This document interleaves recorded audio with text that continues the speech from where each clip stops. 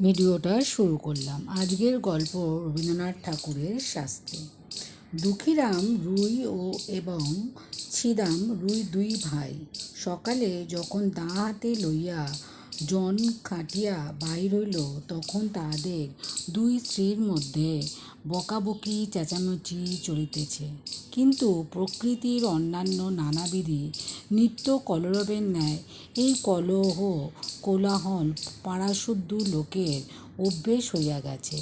তীব্র কণ্ঠস্বর শুনিবা মাত্র লোকে স্বভাবের নিয়মে কোনরূপ বর্তায় হয় না।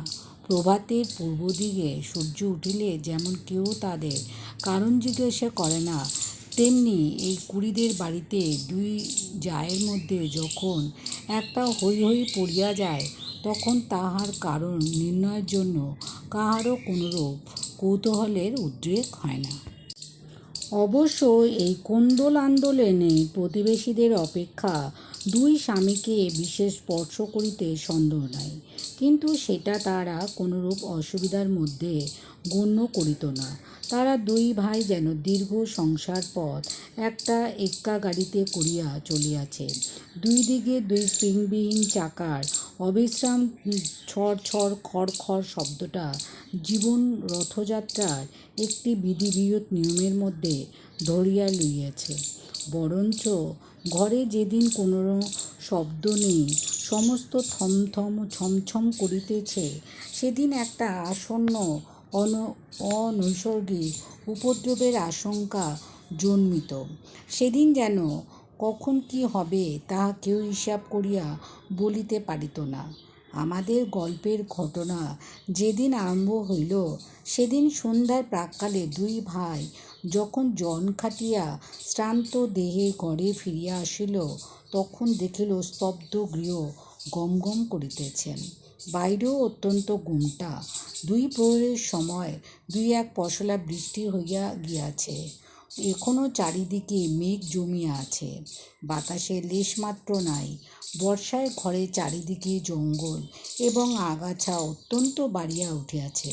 সেখানে হইতে এবং জলমগ্ন পাটের ক্ষেত হইতে সিক্ত উদ্ভিজের ঘন গন্ধ বাষ্প চতুর্দিকে একটি নিশ্চল প্রাচীরের মতো জমাট হইয়া দাঁড়াইয়া আছে। গোয়ালের পশ্চাৎপদে ডোবার মধ্যে হইতে ভেক ডাকিতেছে এবং ঝিল্লিরবে সন্ধ্যার নিস্তব্ধ আকাশ একেবারে পরিপূর্ণ। অদূরে বর্ষার পদ্মার নবমেঘাচ্ছন্নয় বড় স্থির ভয়ঙ্কর ভাব ধারণ করিয়া চলিয়াছে। শস্যের ক্ষেত্রে অধিকাংশ ভাঙিয়া লোকালয়ের কাছাকাছি আসিয়া পড়িয়াছে। এমনকি ভাঙনের ধারে দুই চারিটি আম কাঁঠাল গাছের শিকড় বাহির হইয়া খেদা দিয়াছে, যেন তাদের নিরুপায় মুষ্টির প্রসারিত অঙ্গুলিগুলি শূন্যে একটা কিছু অন্তিম অবলম্বন আঁকড়াইয়া ধরিবার চেষ্টা করিতেছে। দুঃখীরাম এবং ছিদাম সেদিন জমিদারের কাছারির ঘরে কাজ করিতে গিয়াছিল। ওপারের চরে জলি ধান পাকিয়াছে। বর্ষার চর ভাসিয়া যাইবার পূর্বে ধান কাটিয়া লইবার জন্য দেশের দরিদ্র লোক মাত্রই কেউ বা নিজের ক্ষেতে, কেউ বা পাট খাটিতে নিযুক্ত হইয়াছে। কেবল কাছারি হইতে পেয়াদা আসিয়া এই দুই ভাইকে জবরদস্তি করিয়া ধরিয়া লইয়া গেল। কাছারি ঘরে চাল ভেদ করিয়া স্থানে স্থানে জল পড়িতেছিল, তাহাই সরিয়া দিতে এবং গোটা কতক ঝাঁপ নির্মাণ করিতে তারা সমস্ত দিন খাটিয়াছে। বাড়ি আসিতে পায় নাই, কাছারি হইতে কিঞ্চিৎ জলপান খাইয়াছে। মধ্যে মধ্যে বৃষ্টিও ভিজিতে হইয়াছে। উচিত মতো পাওনা মজুরি পায় নাই এবং তাহার পরিবর্তে যে সকল অন্যায় কটু কথা শুনিতে হইয়াছে, সে তাহাদের পাওনা অনেক অতিরিক্ত। পথের কাদা ও জল ভাঙিয়া সন্ধ্যাবেলায় বাহির ফিরিয়া আসিয়া দুই ভাই দেখিল ছোট জা চন্দরা ভূমিতে অঞ্চল পাতিয়া চুপ করিয়া পড়িয়া আছে। আজিকার এই মেঘলার দিনের মতো সেও মধ্যাহ্ন। প্রচুর অশ্রু বর্ষণপূর্বক সায়াহ্নের কাছাকাছি ক্ষান্ত দিয়া অত্যন্ত গুমট করিয়া আছে, আর বড় যা রাধা মুখটা মস্ত করিয়া দয়ায় বসিয়াছিল। তাহার 1.5 বৎসরের ছোট ছেলেটি কাঁদিতেছিল। দুই ভাই যখন প্রবেশ করিল, দেখিল উলঙ্গ শিশু প্রাঙ্গণে এক পার্শ্বে চিৎ হইয়া পড়িয়া ঘুমাইয়াছে। ক্ষুধিত দুঃখীরাম আর কালবিলম্ব না করিয়া বলিল, ভাত দে। বড় বউ বারুদের বস্তায় স্ফুলিঙ্গর পাতের মতো একমাত্র তীব্র কণ্ঠস্বরে আকাশ পরিমাণ করিয়া বলিয়া উঠিল, ভাত কোথায় সে দিব? তুই কি চাল দিয়া গিয়েছিলি? আমি কি নিজের রোজগার করিয়া আনিব? সারাদিনের শ্রান্তি ও লাঞ্ছনার পর অন্নহীন নিরানন্দ অন্ধকার ঘরে প্রজ্বলিত ক্ষুধা নলে গৃহিণীর রুক্ষ বচন, বিশেষত শেষ কথাটার গোপনে কুৎসিত শ্লেষ দুঃখীরামের হঠাৎ কেমন একেবারে অসহ্য হইয়া উঠিল। ক্রোধ ব্যাঘ্রের ন্যায় গম্ভীর গর্জনে বলিয়া উঠিল, কি বলিলি? বলিয়া মুহূর্তের মধ্যে দা লইয়া কিছু না ভাবিয়া একেবারে স্ত্রীর মাথা বসিয়া দিল।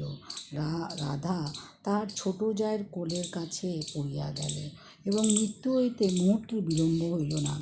চন্দনা রক্তসিক্ত বস্ত্রে কি হলো গো বলিয়া চিৎকার করিয়া উঠিল।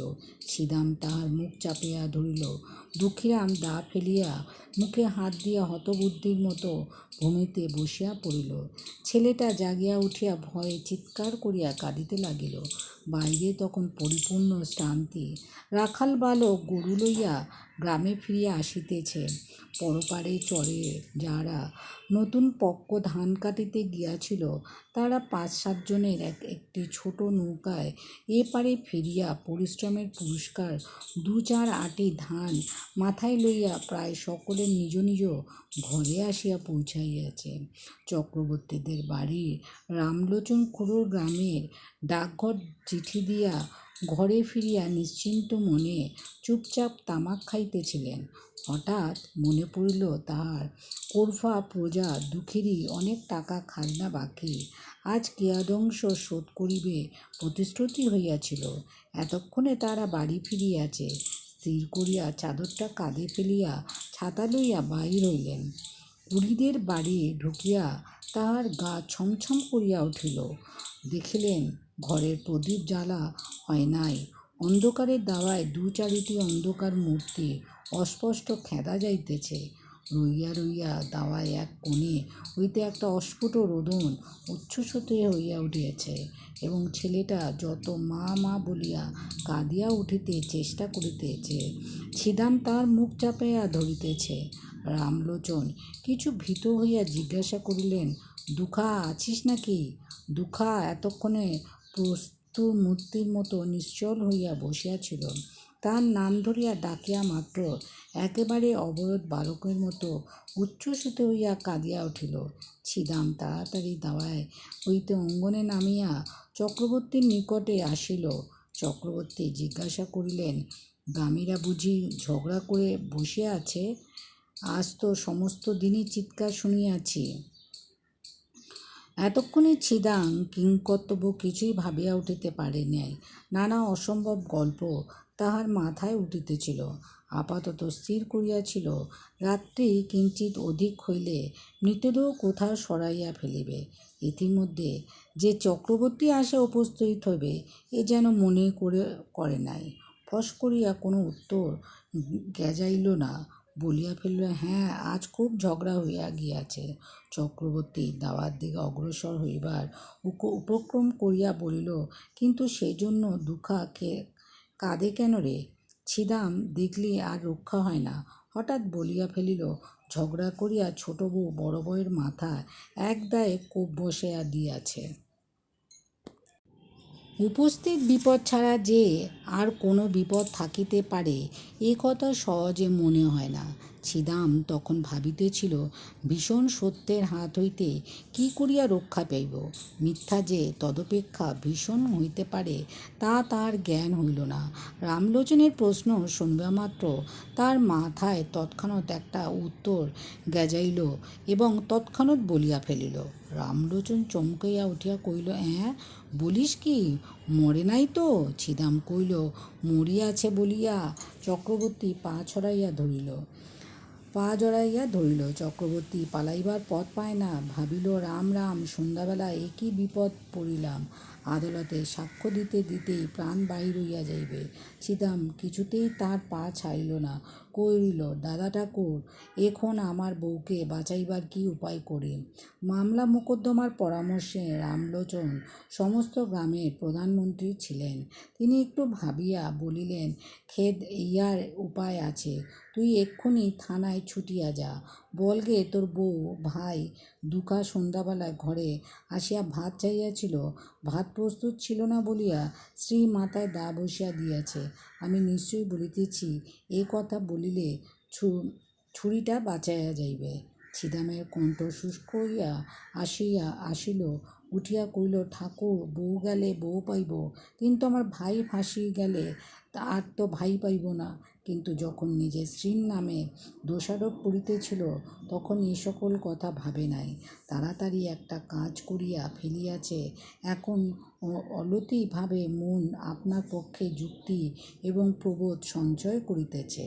চক্রবর্তীর কথাটা যুক্তিসঙ্গত বোধ করিলেন। কহিলেন, তবে যেমনটি ঘটিয়াছে তাই বলিস, সকল দিক রক্ষা অসম্ভব। বলিয়া রামলোচন অবিলম্বে প্রস্থান করিলেন এবং দেখিতে দেখিতে গ্রামে রাষ্ট্র হইল যে কুড়িদের বাড়ির চন্দরা রগারগি করিয়া তার বড় জায়ের মাথা দা বসাইয়া দিয়াছে। বাঁধ ভাঙিলে যেমন জল আসে গ্রামের মধ্যে, তেমনি হু হু শব্দের পুলিশ আসিয়া পড়িল। অপরাধী এবং নিরপরাধী সকলেই বিষম উদ্বিগ্ন হইয়া উঠিল। ছিদাম ভাবিল, যে পথ কাটিয়া ফেলিয়াছে সেই পথেই চলিতে হইবে। যে সে চক্রবর্তীর কাছে নিজে মুখে এক কথা বলিয়া ফেলিয়াছে, সে কথা গা-শুদ্ধ রাষ্ট্র হইয়া পড়িয়াছে। এখন আবার একটা কিছু প্রকাশ হইয়া পড়িলে কি জানি কি হইয়া পড়িবে, সে নিজেই কিছু ভাবিয়া পাইল না। মনে করিল, কোনো মতে সে কথাটা রক্ষা করিয়া তাহার সহিত আরও 5টা গল্প জুড়িয়া স্ত্রীকে রক্ষা করা ছাড়া আর কোনো পথ নাই। ছিদাম তার স্ত্রী চন্দ্রাকে অপরাধ নিজ স্কন্ধে লইবার জন্য অনুরোধ করিল। সে তো একেবারে বজ্রহত হইয়া গেল। ছিদাম তাহার আশ্বাস দিয়া কহিল, যা বলিতেছি তা কর, তোর কোনো ভয় নাই, আমরা তোকে বাঁচাইয়া দিব। আশ্বাস দিল বটে, কিন্তু গলা শুকাইল, মুখ পাংশুবর্ণ হইয়া গেল। চন্দ্রার বয়স 17-18 অধিক হইবে না। মুখখানি হৃষ্টপুষ্ট, গোলগাল, শরীরটি অনতিদীর্ঘ, আঁটো-সাঁটো, সুস্থ সবল। অঙ্গপ্রত্যঙ্গের মধ্যে এমন একটি সৌষ্ঠব আছে যে চলিতে ফিরিতে, নড়িতে চড়িতে দেহের কোথাও যেন কিছু বাঁধে না। একখানি নতুন তৈরি নৌকার মতো, বেশ ছোট এবং সুডল, অত্যন্ত সহজ স্বরে, এবং তার কোথাও কোনো কিছু গ্রন্থি শিথিল হইয়া যায় নাই। পৃথিবীর সকল বিষয় তাহার একটা কৌতুক এবং কৌতূহল আছে। পাড়ার গল্প করিতে যাইতে ভালোবাসে এবং কুম্ভকক্ষে ঘাটে হইতে আসিয়া 2 অঙ্গুলি দিয়া ঘোমটা ঈষৎ ফাঁক করিয়া উজ্জ্বল চঞ্চল ঘনকৃষ্ণ খেঁচা দুটি দিয়া পথের মধ্যে দর্শনযোগ্য যাহা কিছু সমস্ত দেখিয়া লয়। বড় বউ ছিল ঠিক ইহার উল্টো, অত্যন্ত এলোমেলো, ঢিলেঢালা, অগোছালো। মাথার কাপড়, কোলের শিশু, ঘরকন্নার কাজ কিছুই সে সামলাইতে পারিত না। হাতে বিশেষ একটা কিছু কাজও নেই, অথচ কোনো কালে যেন সে অবসর করিয়া উঠিতে পারে না। ছোট যা তাহাকে অধিক কিছু কথা বলিত না, মৃদুস্বরে 2-একটা তীক্ষ্ণ দর্শন করিত, আর হাউ হাউ দাউ দাউ করিয়া রাগিয়া মাগিয়া ভুকিয়া ঝুঁকিয়া সারা হইত এবং পাড়া শুদ্ধ অস্থির করিয়া তুলিত। এই 2 জুড়ি স্বামী স্ত্রীর মধ্যে স্বভাবের একটা আশ্চর্য ঐক্য ছিল। দুঃখীরাম মানুষটা ছিল বৃহদায়ন এবং হাড়গুলো খুব চওড়া, নাসিক খুব খর্ব, 2টি চক্ষু এবং দৃশ্যমান সংসারকে যেন ভালো করিয়া বোঝে না, অথচ ইহাকে কোনো প্রশ্ন করিতে চায় না। এমনও নিরীহ অথচ ভীষণ, এমন সবল অথচ নিরুপায় মানুষ, অতি দুর্বল। আর ছিদাম একখানি চকচকে কালো পাথর যেন বহু যত্ন করিয়া গড়িয়া তুলিয়াছে, লেশমাত্র বাজল্য বর্জিত, কোথাও যেন কিছু টোল খায় নাই। প্রত্যেকটি অঙ্গটি বলের সহিত নৈপুণ্যের সহিত মিশিয়া অত্যন্ত সম্পূর্ণ লাভ করিয়াছে। নদীর উচ্চ পাড় হইতে লাফাইয়া পড়ু দিয়া